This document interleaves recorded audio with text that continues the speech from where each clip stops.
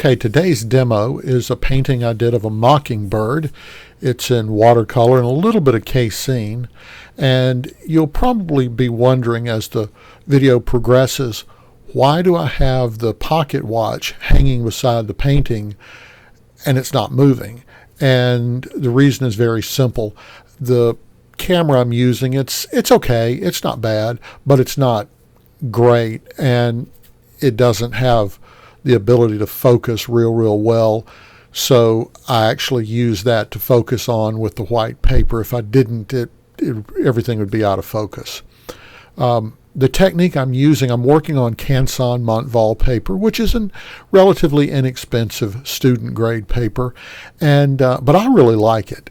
The paint doesn't soak in real deeply into the paper. It sort of floats on the surface, so it's easy to lift later. And you'll notice that I started off by splattering paint all over the canvas, or excuse me, all over the paper. And the reason is because sometimes I like to just play and have the exercise of putting paint down on the paper and not being afraid that I'm going to mess anything up. And I always encourage students that, especially if you're working in watercolor, and for some reason people are always so terrified that if they do anything in watercolor, they'll mess it up and you can't fix it. And I tell my students over and over again, that's just absolutely not true. Watercolors are easily fixable, just depends on what kind of pigment you're using and what kind of paper. Now with this, it's a relatively simple drawing. I just, into the wet, or in this case just into the background, I just put a shadow shape of a silhouette of the bird, and I'm working into it. And as you can see, I put down some purple and then sort of splattered some green into it, and it's just to give it a loose mottled effect. This is a great way to work if you find yourself being overly tight, overly cautious, overly precious about everything you're doing, and you can feel very stymied and stifled. Well, this is a great way of working into your canvas or working into your paper and giving yourself the freedom to not be totally locked in to extreme realism. And this is not to knock in any way realistic painting. I love realistic painting. I'm not particularly a fan of abstract, and I'm certainly not a fan of poor drawing. And I've found that exercises like this, where you're drawing with the brush, big shapes straight onto your surface, actually improves your drawing exponentially. The more you do it, the better you'll get at it. I'll also mention that the brushes I'm using are, for the most part, Oriental calligraphy brushes. I got them from Blue Heron Arts, and real nice company. They mostly they're selling their products for Chinese calligraphy painting, but I actually prefer to do most of my painting with Chinese calligraphy brushes. I like the bounce, the feel, the spring that they have. Now, unfortunately, I haven't sat back and looked at my receipt to tell me exactly which brushes I'm using. They have a variety. And I bought, my goodness, I bet I bought 8 or 10 of them all at the same time.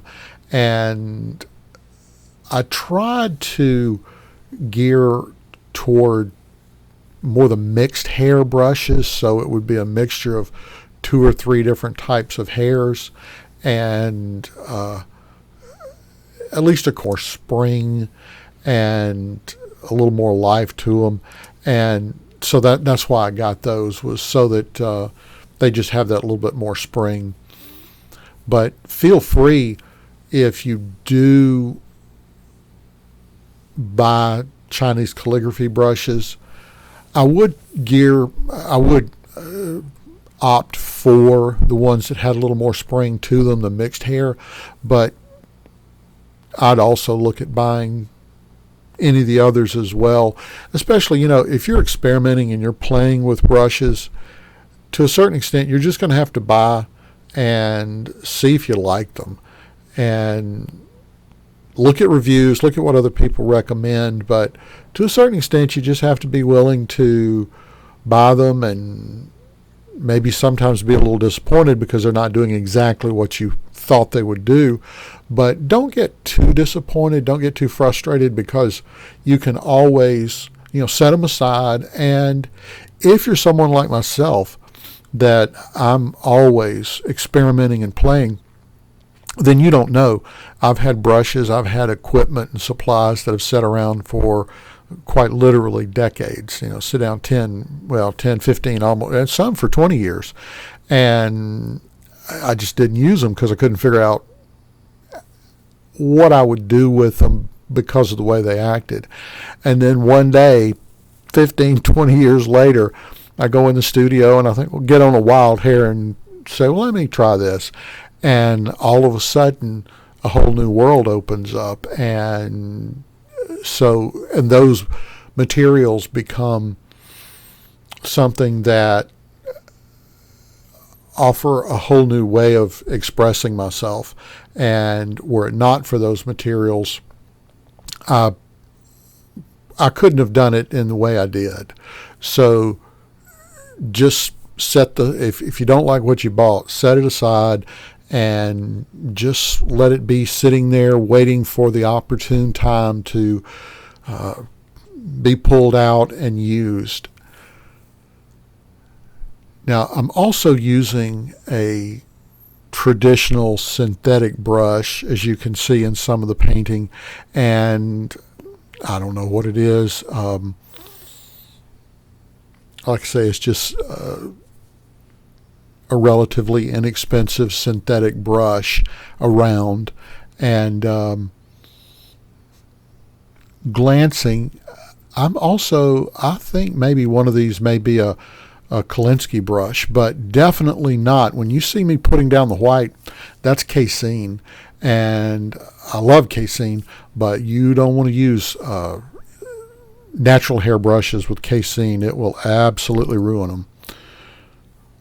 They're sort of an ammonia-based paint, and that's why, or they're not ammonia-based. They're actually casein milk-based, but they have ammonia in them, and the ammonia will break down the fibers. So don't ever use natural hair brushes like a Kolinsky, which is sable. Now, one of the things about this technique is a lot of watercolor painters are very particular about, they want to save the white of the paper. And it's valid if that's what you want to do. I don't personally care. I just want to create the painting that I want to create, and I'm using whatever technique, everything up to and including the kitchen sink. And if I need that, then I'll throw that into the painting too. But with a technique like this where you're splattering paint up there and covering the whole thing, well, unless you go in and do a tight drawing and then use masking fluid to go over the painting or to go over the whites, then you're not going to save the whites. So either be prepared to work on a surface that doesn't absorb the paint very much and it sort of sits up there, then you can just lift it out, or do what I'm doing and using an opaque paint, casein, gouache if you like. And you'll see that sometimes I scrub around with the the butt end of the brush, and I've just found a lot of times that if I put down especially opaque paint, I sort of want to soften the edges. The back end of the brush is really good for doing that. Again, don't be real precious with your with the surface you're working on. Go in and have fun with it and scrub around on it. And if you tear the paper up, then you might want to look at going to a little more robust paper. If you like working very delicately and very finely, that's fine. There's nothing wrong with it. But for me, I just don't like the feeling of getting really tight and feeling constricted and fearful that, oh, if I make one mistake, then I've ruined the painting. Well, I mean, that's just a bummer. It just does not allow you to sit down and really have fun. It makes you tense all the time, and I don't like that. And especially working as an illustrator, I get assignments, and we want 3 paintings yesterday. Well, I get in my time machine and go back 3 days, and start working. But seriously, they want their stuff now, and you can't sit there and just spend lots and lots of time worrying about, I don't want to get out of the drawing or mess up my drawing. You got to be bold and just get in and get everything done. The colors I'm using, I'm sticking mostly with transparent colors, raw sienna as opposed to yellow ochre. I like both of them. It's just yellow ochre's opaque and raw sienna is transparent. Burnt sienna, a little bit of raw umber, probably quinacridone violet and quinacridone magenta. The yellow, probably cadmium yellow, although as soon as I use up my cadmium yellows, I'm going to move to Aurelian. I can't pronounce it. You know what I'm talking about. That yellow. I think it's stronger and bolder, and I think it's a little more transparent. I'll have to look, but definitely, as I understand, it's a little bit richer, bolder paint, and I think I want to try it, but I'm going to use up what I got right now. For the blues, some cerulean, some cobalt. Just be aware that when you're working in watercolor, the paint, you've got colors that are staining and colors that are not, and then you've got colors that granulize and colors that don't. And I like the granular paints. I like cobalt blue because I like the way it bleeds over into other colors, and other colors will bleed over into it and make that real granular effect. I really like that. Some people don't, and if you don't, that's where, again, you've either got to go to tutorials, listen to what other people say, and take their word for it. Or, if you just going to have to buy that paint, and if it makes that granular effect and you don't like it, well, there's a tube of paint you're not going to use very often. But I'm sure I use different brands, but I'm not a huge technician. I just use what I like and experiment a little bit. But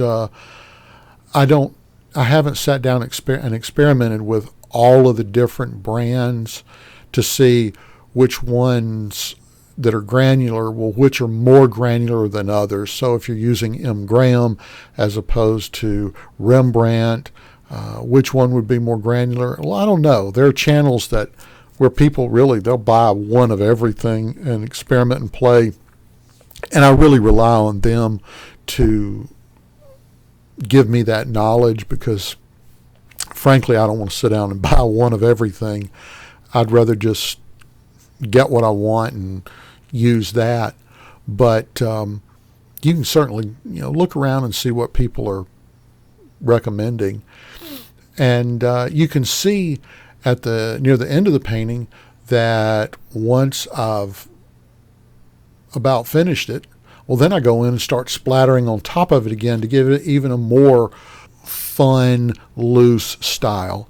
And if you start out a painting that way, then it's easy to go in and use that at the end of the painting. But if you start the painting out really tight and really careful, then going in and splattering paint all over it, it's probably going to unnerve you and be very difficult. So that's why I like to really start my paintings real loose and free, and that way you don't feel bad if you splatter on something. Well, I think that's about it. I hope you'd enjoyed it.